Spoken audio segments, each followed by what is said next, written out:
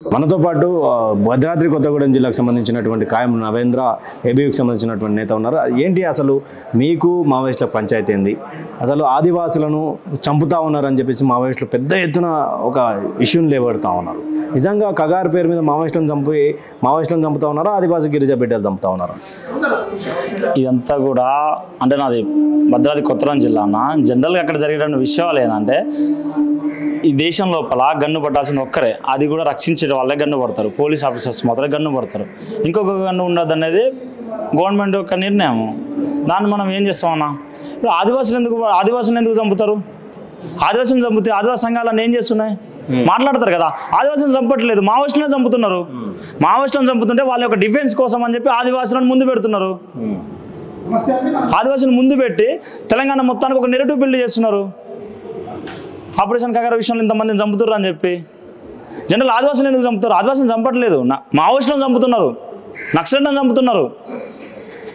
ఇదే భద్రాద్రి కొత్తగూడెం జిల్లా లోపల ఉన్నటువంటి చెర్ల ఏరియా లోపల ఊర్లలో మీ యొక్క హక్కుల కోసం, ఆదివాసుల హక్కుల కోసం పోరాటం చేస్తున్నాము, మీ యొక్క అభివృద్ధి కోసం పోరాటం చేస్తున్నాము, మీ యొక్క డెవలప్మెంట్ మేము కోరుకుంటున్నాము అని చెప్పి ఆదివాసులను నమ్మించి ఆదివాసులు ఒకరిగా ఉండి అక్కడ ఉన్నటువంటి బిడ్డలను అందరినీ కూడా అడవులోకి తీసుకుపోయి వాళ్ళతో గన్ను పట్టించి, పెన్ను పట్టాల్సినటువంటి వయసులో వాళ్ళ చేత గన్ను పట్టించి అడవులలో ఇప్పటికీ ఈ యొక్క సంఘ విద్రోహ కార్యకలాపాలు చేస్తున్నది మీరు కాదా?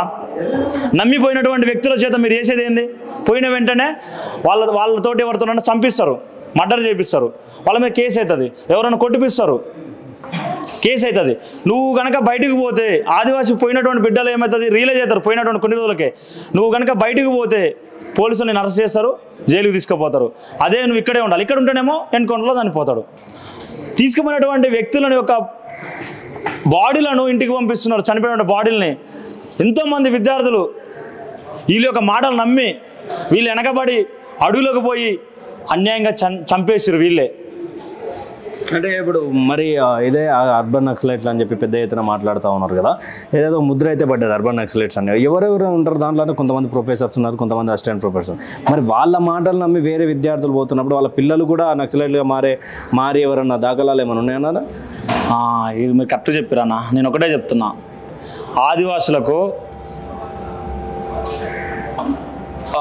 చంపేటువంటి వ్యక్తులు ఎవరనంటే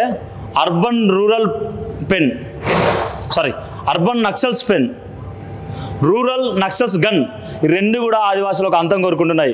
మీరు చెప్పిన దానికి ఆన్సర్ ఏంటంటే, ఇప్పుడు గద్దర్ ఉన్నదండి, మంచి సింగరు, ఆయన యొక్క సాంగ్స్ తోటి అనేక మంది యువతని అడవులకు పోయేటట్టు చేసిండు. కానీ ఆయన బిడ్డలు ఏం చేసిండు? అమెరికాకు పంపించిండు, అమెరికాలో జాబ్ చేసుకుంటూ బతుకుతున్నారు.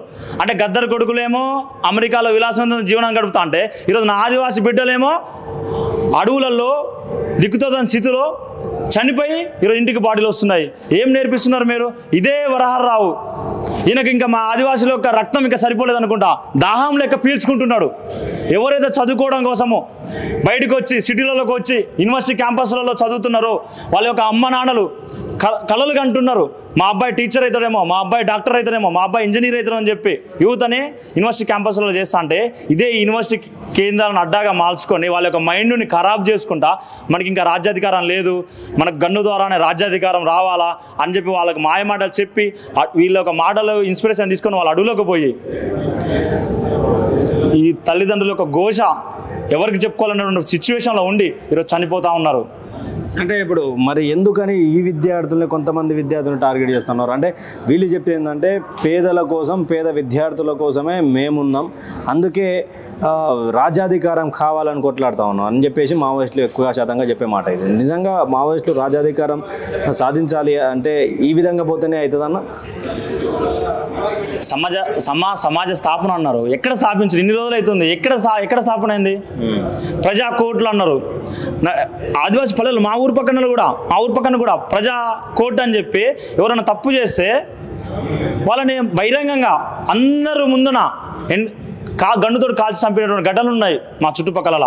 ఎవరైతే వీళ్ళ మాటలకు వినరో, ఇన్ఫార్మల్ పేరుతోటి ఇదే 2017 మొన్న రీసెంట్గా సోడే ప్రసాద్ అని చెప్పి చెర్ల పక్కన ఉన్నటువంటి విలేజ్ సంబంధించినటువంటి ఆదివాసీ బిడ్డను ఊర్లో ఒక డెవలప్మెంట్ కోసం మాట్లాడుతూ ఉన్నాడు, ఇతను ఎట్టకైనా చంపాలా, మాకు వ్యతిరేకంగా పనిచేస్తున్నా అని చెప్పి ఒక కాన్సెప్ట్ తోటి ఈయనకి ఇన్ఫార్మర్ పేరుతో, పోలీస్ ఇన్ఫార్మర్ పేరుతోటి 2017 సెప్టెంబర్లో అడవికి తీసుకుపోయి నైట్ 2 గంటలకు కిడ్నాప్ చేసి అడవికి తీసుకుపోయి గన్ను పెట్టి చంపేసారు. వీళ్ళకి చంపాక ఎవరు ఇచ్చారు? వీళ్ళు ఆదివాసీలనే హక్కుల కోసం పోరాటం చేస్తారు, వీళ్ళొక విద్యార్థులకు న్యాయం చేయాలని చెప్పి చేస్తున్నారు. అట్లాంటి వ్యక్తులను అడవులకు పంపించి చంపుతున్నారు కదా. మీరు ఏం డెవలప్మెంట్ చేసారు? ఆదివాసుల్ని ఒక బడి కట్టించిర్రా, ఒకరికైనా ఉద్యోగం పెట్టించిర్రా, ఒక రోడ్డు వేసిర్రా? ఉన్న రోడ్లు వేస్తానికి పోతే జేసీబీలు తగలబెడుతున్నారు. సెల్లులో కమ్యూనికేషన్ కోసము ఇప్పటికంటే ఆ వెనకబడిన వాళ్ళు ఆ ఊళ్ళలో నేను తిరుగుతుంటా కదా, చెట్లు ఎక్కి ఫోన్ మాట్లాడాలా కమ్యూనికేషన్ కోసం అని చెప్పి. చాలా ఊర్లలో లైట్లు లేవు. ఎవరికి భయపడి రావట్లేదు? మావోయిస్టులకు భయపడి కాదా అక్కడ అభివృద్ధి జరగట్లేదు? ఇవన్నీ ఎవరు అడగాల? మీరు ఆదివాసుల కోసము అభివృద్ధి కోసం మీరు చేయట్లేదు. ఆదివాసీ విద్యార్థులను నమ్మించి మాయమాటలు చెప్పి అడవికి తీసుకుపోయి వాళ్ళని చంపే ప్రయత్నం చేస్తున్నారు మీరు. కాబట్టి మీరు నిజంగా ఆదివాసీ ఒక యువతకు మీరు ద్రోహం చేసినటువంటి వ్యక్తులు మావోయిస్టులు.